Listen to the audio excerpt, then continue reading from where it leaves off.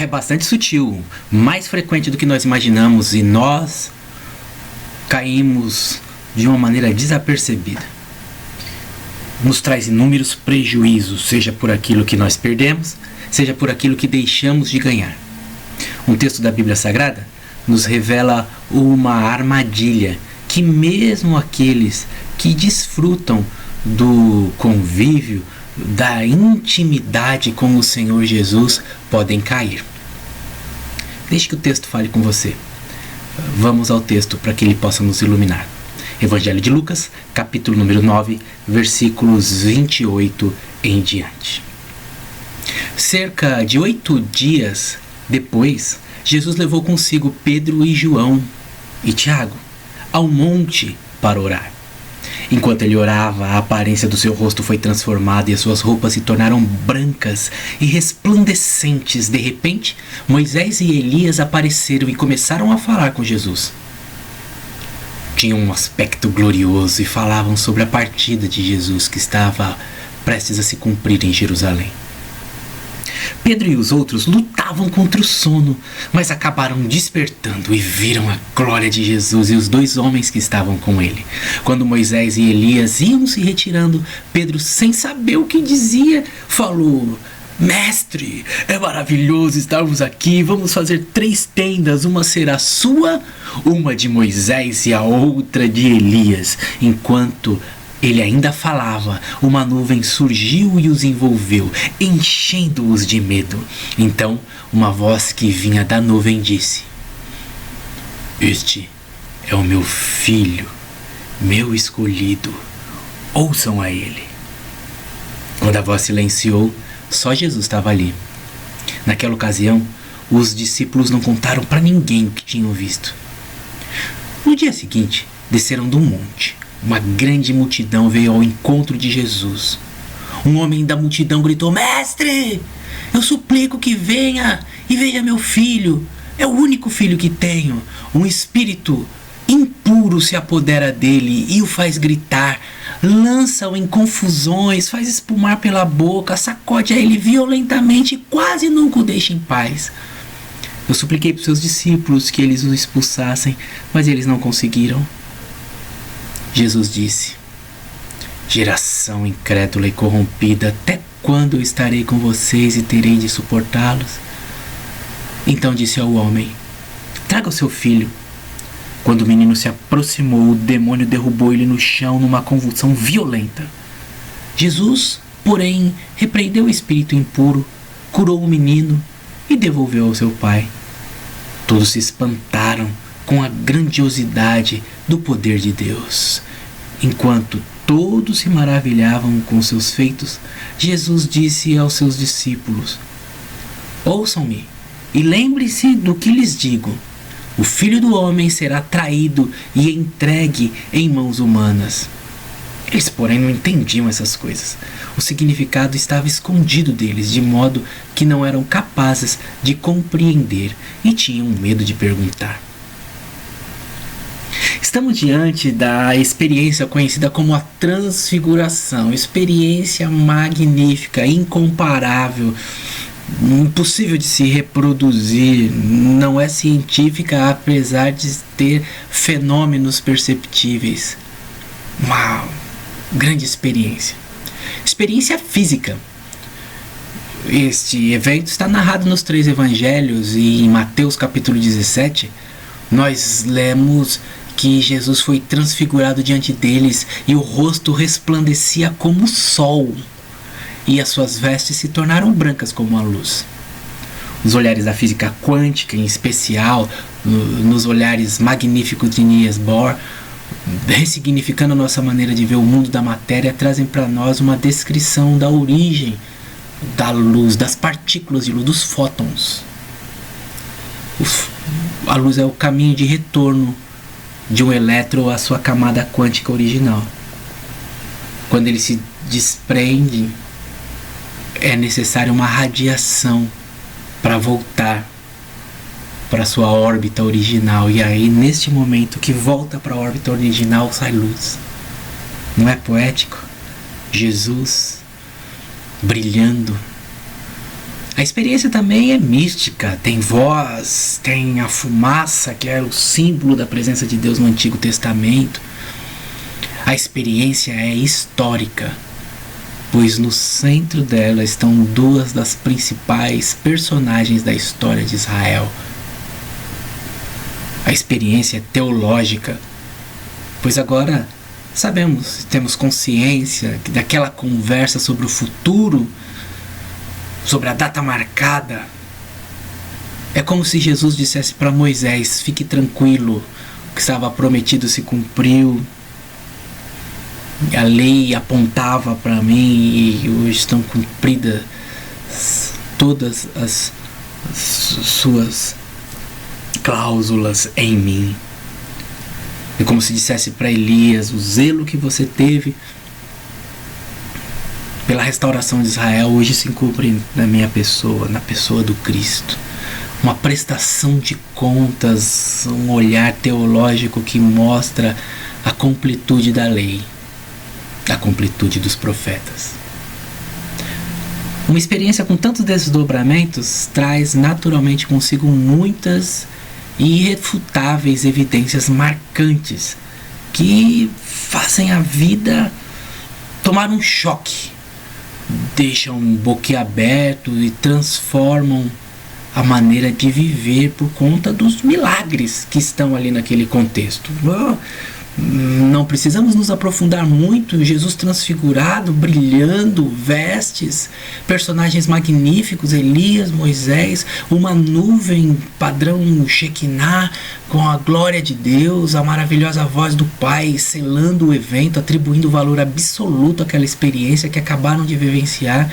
Não era só um momento de voz e arrepio, Deus estava ali concluindo a história, cumprindo as promessas. A experiência magnífica, com tanta grandeza e desdobramentos da experiência, é óbvio que cada momento que nela estivesse envolvido ia marcar ao máximo quem estivesse em volta. Afinal, Deus, Jesus, Moisés, Elias, fumaça, tudo no mesmo contexto, no mesmo ambiente.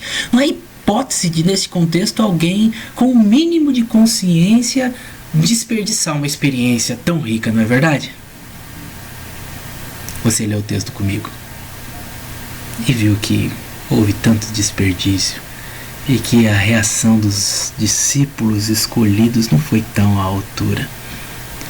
Viu que todos no contexto estavam com sono. Viu que no meio do evento Pedro fica bobão, não fala coisa com coisa. Viu que Tiago e João nem corrigiram a Pedro. Você viu que sentimentos estimulantes como o medo, que nos faz lutar ou que nos faz fugir de acordo com a situação, neste contexto não agregou valor nenhum, apenas deixou eles paralisados. É incrível como diante das maravilhas da vida nós podemos desperdiçar riquezas que Deus quer nos agregar. Incrível como não importa a intensidade do milagre, a gente se distrai, deixa de viver o que devemos viver, deixa de ser quem devemos ser. Enfim, a felicidade num momento de distração nós deixamos de experimentar. Sim, eu estou falando de felicidade, ganho de potencial, sensação de máximo aproveitamento. Aristóteles tinha um conceito para isso, chamava de virtude. Feliz o virtuoso. Quem é o virtuoso, pastor? Virtuoso é aquele que faz o que nasceu para fazer. A faca virtuosa é a faca que corta. Então, feliz é aquele que nasce o que nasceu para fazer. Está cumprindo a sua missão. Talvez esta verdade te ajude a entender por que o chamado jovem rico saiu triste da presença de Jesus. Ele não fez o que deveria fazer. A experiência dos discípulos podia ter ido muito além da experiência dos sentidos. Por conta de algumas não observações, eles deixaram preciosidades escapar. Deixe-me perguntar para você. Você tem experimentado o máximo da experiência da vida com Jesus? Tem retirado os seus valores absoluto e não apenas as sensações, você tem experimentado o máximo da vida com Deus, o máximo dos momentos que o próprio Deus te proporciona. Quem aproveita ao máximo é feliz. A verdade que eu quero destacar neste texto apresentado de forma tão magnífica se aplicam aos crentes e também ao ajuntamento dos crentes, a igreja. Deixe-me já adiantar para você, e para que não fique tenso ou preocupado, em cada um dos tópicos eu quero quebrar uma regra da homilética, começando a sentença de forma negativa, ou seja, usando um não. Existe toda uma recomendação que as falas sejam positivas, faça isso, mas eu quero, como maneira de reforçar e conscientemente dizer para você não. Então, o meu objetivo nesta oportunidade é que você aproveite o máximo da sua experiência com Deus. Observe o que eu estou falando. Estou afirmando que você tem uma experiência com Deus. Estou afirmando que essa experiência não é um evento solto.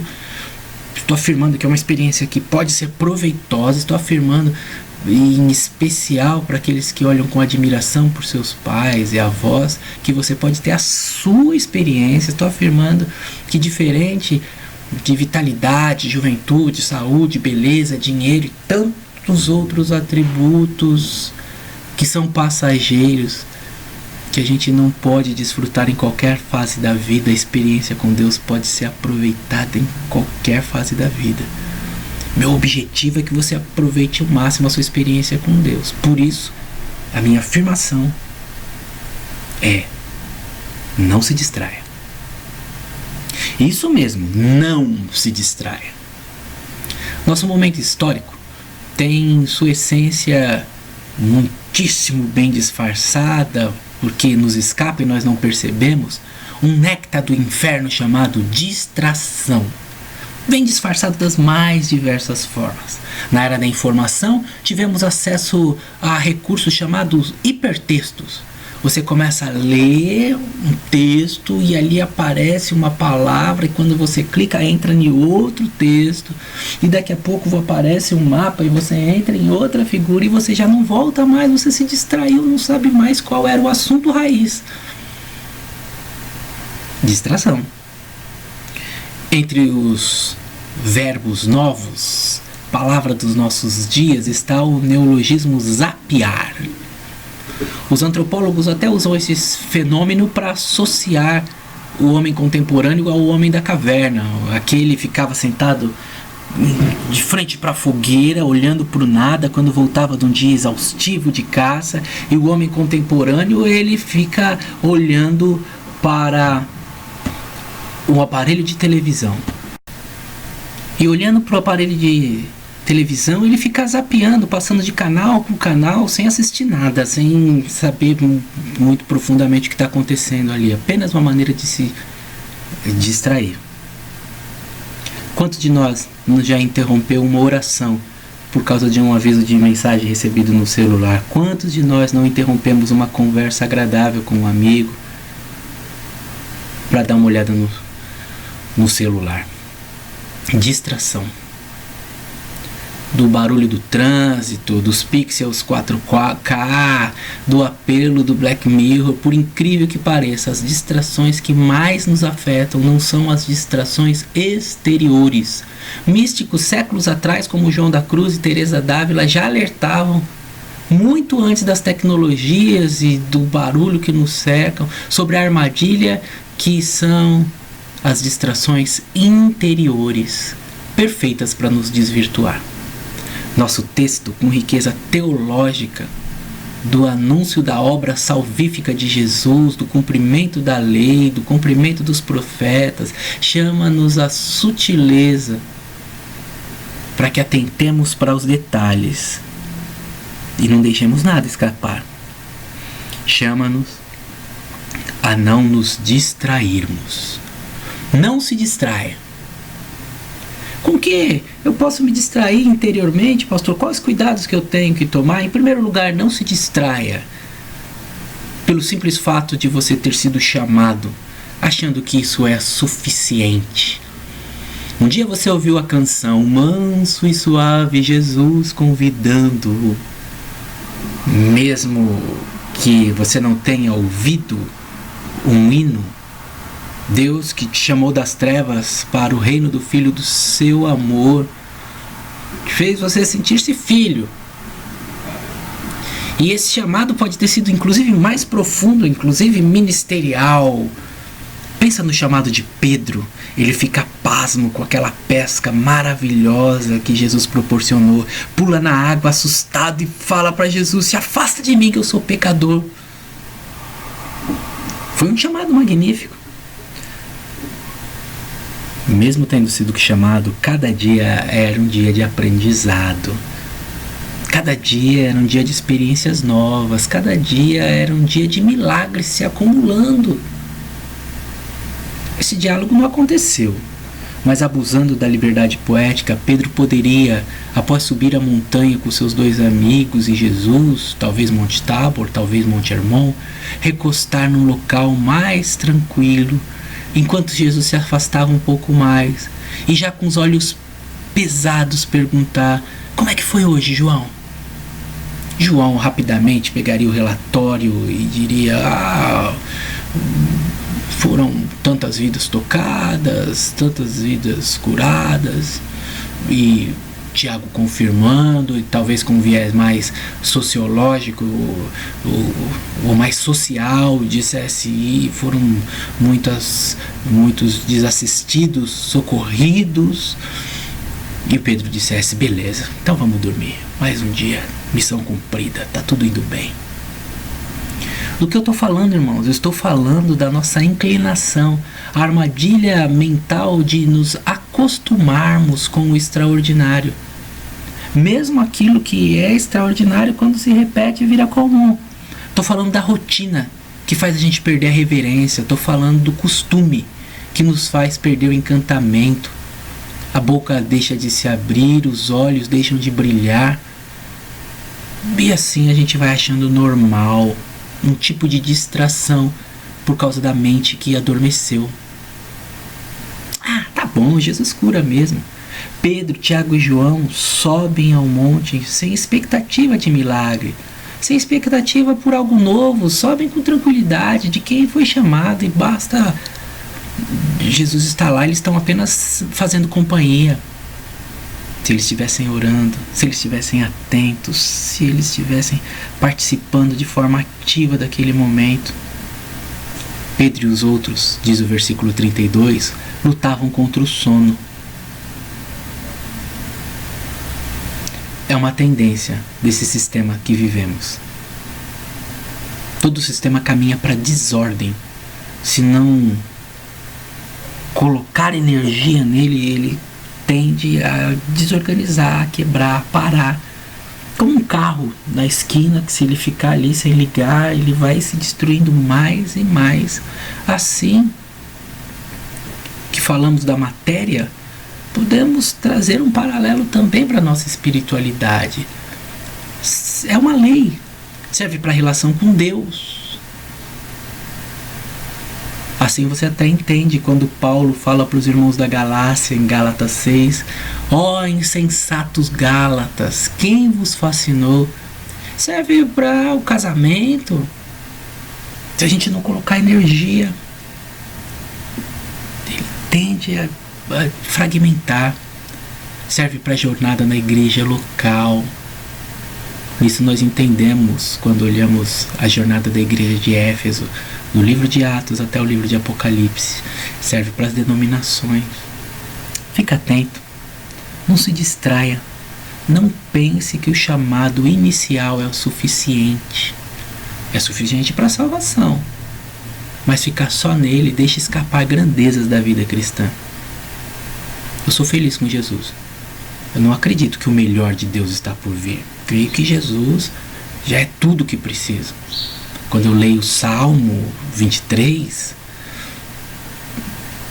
o meu olhar é realmente esse: o Senhor é meu pastor e Ele não me faltará.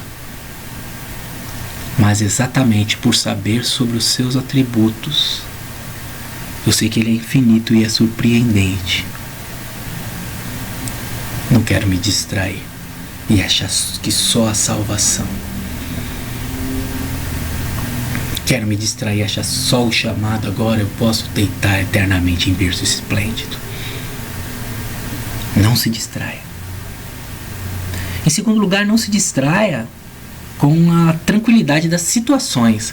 Nossa tradição religiosa, ela não é ascética. Ou seja, nós não acreditamos que a abstenção dos prazeres físicos ou psicológicos seja um caminho para atingir a perfeição, o equilíbrio moral. Não é isso. Claro que não. Não estou dizendo que para ser espiritual precisa sofrer. O que eu estou dizendo é que, à luz da palavra de Deus, algumas tranquilidades fazem com que a gente abaixe a guarda e perca a atenção e se distraia. Dalila tentou imobilizar Sansão enquanto ele dormia. Na parábola do semeador, um detalhe às vezes nos escapa, que a semente que foi sufocada por espinhos, na explicação de Jesus, os espinhos eram as coisas boas da vida, que impediam aquela semente de germinar. Os discípulos estão num contexto tranquilo que lhes permite cochilar. Quando tem visão do ambiente ameno, Jesus com os brothers confabulando, a fala de Pedro, tá bom demais, vamos ficar por aqui. Tranquilidade pode nos distrair. Minha palavra aqui tem efeito de lei. Da mesma maneira, serve para o casamento, serve para a vida profissional, serve para a jornada com Jesus, serve para a igreja. Não se distrai com as tranquilidades das situações. Se no item passado citei a igreja de Éfeso, no livro de Apocalipse, lá nós encontramos uma igreja que descansou e ficou numa situação tranquila, a igreja de Laodiceia. E você conhece bem o texto de Apocalipse 3,17. Aquela igreja dizia que era rica e estava enriquecida. E o Senhor Jesus falou através dos lábios de João: você não sabe que é miserável, pobre, cega e nua. Fique atento. Quando as coisas estiverem tranquilas, nisso pode ter uma armadilha. Não se distraia. Um contexto tranquilo aponta para a bênção de Deus. Mas nesses cenários, não há garantia que as coisas não irão mudar, ou que ali é o ponto de chegada. Em terceiro lugar, não se distraia com arrepios e emoções. Quando eu falei no item anterior, em tranquilidade, em bem-estar, é inevitável pensar no clima externo. Mas quero falar também do clima interno, na tranquilidade e na paz, numa espiritualidade que permite e afirma sentir a presença do Senhor. O culto não é para mim, para eu ter arrepios, para eu me sentir bem. O culto é para o Senhor. Mas um culto que me faz mal é um culto automático. Eu gosto de sentir a presença do Senhor. Gosto de sentir que estamos sensíveis à voz do Senhor. Sim, claro que eu gosto de emoção. Mas eu não posso negar que eu morro de medo do emocionalismo, pois nele tem uma presença do Senhor artificial. Lembro-me de Elias, num momento que hoje seria possivelmente diagnosticado como depressão, naquela caverna, encolhido em posição fetal, tem manifestações de estrondos incríveis, mas não era ali que estava a presença do Senhor. Lembro-me da abertura do livro de Isaías, quando uma liturgia perfeita e impecável cumpria todos os ritos dos judeus, mas a fala do Senhor no capítulo 1 de Isaías é: quem pediu para vocês esse culto? Lembro-me, no primeiro século de João Batista, primeiro século da igreja, João Batista era a voz que clamava no deserto, porque no templo não havia mais espaço para Deus. Por mais que ali fosse local das sensações tão fortes que se estendiam por séculos e que faziam com que eles brigassem para proteger aquele lugar. Na emoção, o Pedro fala besteira. Na emoção, Pedro faz uma colocação fora do lugar. Quando ele vê as duas personalidades, ele diz assim: Senhor, é maravilhoso estarmos aqui. Vamos fazer 3 tendas. Uma será sua, uma de Moisés e outra de Elias. Que bobagem, que besteira Pedro falou. Você não sabe? Ele falou como se a experiência fosse um fim dela mesma. Falou como se a vida pudesse ser congelada naquele momento gostoso. Falou como quem despreza a grandeza da missão de Jesus de salvar o mundo e não 3 observadores. Falou como quem não percebe que Jesus não se iguala a Moisés e a Elias para ficarem todos em tendas iguais, que Jesus é superior a eles. Por isso o pai mesmo entra na conversa para defender a Jesus e explicar: este é o meu filho amado e escolhido, ouçam a ele. Na transfiguração, Jesus, Moisés e Elias falaram a respeito da partida. A expressão usada é êxodos. Êxodos. Evidentemente, envolvia tanto a morte de Cristo como a sua ressurreição. O assunto era nobre, era fim da escravidão, migração para a terra prometida. O assunto não é maná, o assunto não é quem fez o milagre maior, se Moisés ou Elias. O assunto não é fogo do céu, o assunto é a promessa eterna sendo cumprida. O povo ficará livre. O povo será livre. Fique atento, não se distraia. A obra bendita do Senhor Jesus nos garante o céu. Na casa do Pai há muitas moradas preparadas. É muito mais do que se arrepiar. Finalmente, não se distraia olhando para um só lugar. Alguém poderia ser tentado a resumir esses meus pontos, não se distraia, com uma palavra: tenha foco. Mas nesse último tópico é exatamente isso que eu quero desconstruir com você. Antes de saber onde focar, é preciso ter uma visão panorâmica. Certa vez, um amigo disse que entre as mudanças anatômicas que estão acontecendo na espécie humana por conta das suas práticas repetitivas, está a diminuição do ângulo de visão. O olhar concentrado nas telas reorganiza os nossos nervos ópticos e passa uma mensagem para o cérebro não resistir. Afinal de contas, a gente não precisa mais olhar para o lado, não tem predador chegando. Assim, para até praticar um esporte, para dar um drible, os meninos têm mais dificuldade, porque o ângulo de visão estreitou. O campo de visão estreito é uma figura de linguagem também utilizada pela administração de empresas. Em 1970, mais ou menos, o marketing começou a usar a expressão miopia, tanto no campo da propaganda quanto na administração em geral, mostrando que esse olhar que só vê o que está perto, que desfoca com o que está em volta, traz prejuízos.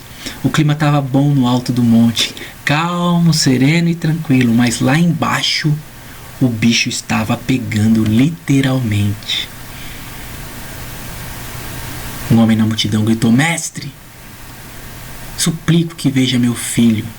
Pedro, Tiago e João perderam a sensibilidade porque não imitaram seu mestre e não estavam em oração. O triste é que os 9 discípulos que não subiram ao monte também não estavam em oração. Os 9 discípulos de Jesus, diz a narrativa paralela do Evangelho de Marcos, estavam discutindo teologia com os escribas. Percebe? Quando a gente perde a visão, a gente perde muito. Claro que há espaço para especulações teológicas na fé cristã. Claro que tem espaço para contemplação. Mas você não pode se perder. O olhar a curta distância quer ficar apenas na paz daquele monte. naquela assembleia tão pacífica, parece até um culto batista. Elias diz para Jesus: peço a palavra, senhor presidente. Moisés, por sua vez, diz: pela ordem, senhor presidente. A lei vem antes dos profetas. Tudo correndo em paz, uma legítima assembleia batista. Fora do ambiente da religião e dos personagens da fé, tem uma história acontecendo, tem um menino padecendo, tem uma família dilacerada, tem gente sendo jogada para lá e para cá como um boneco.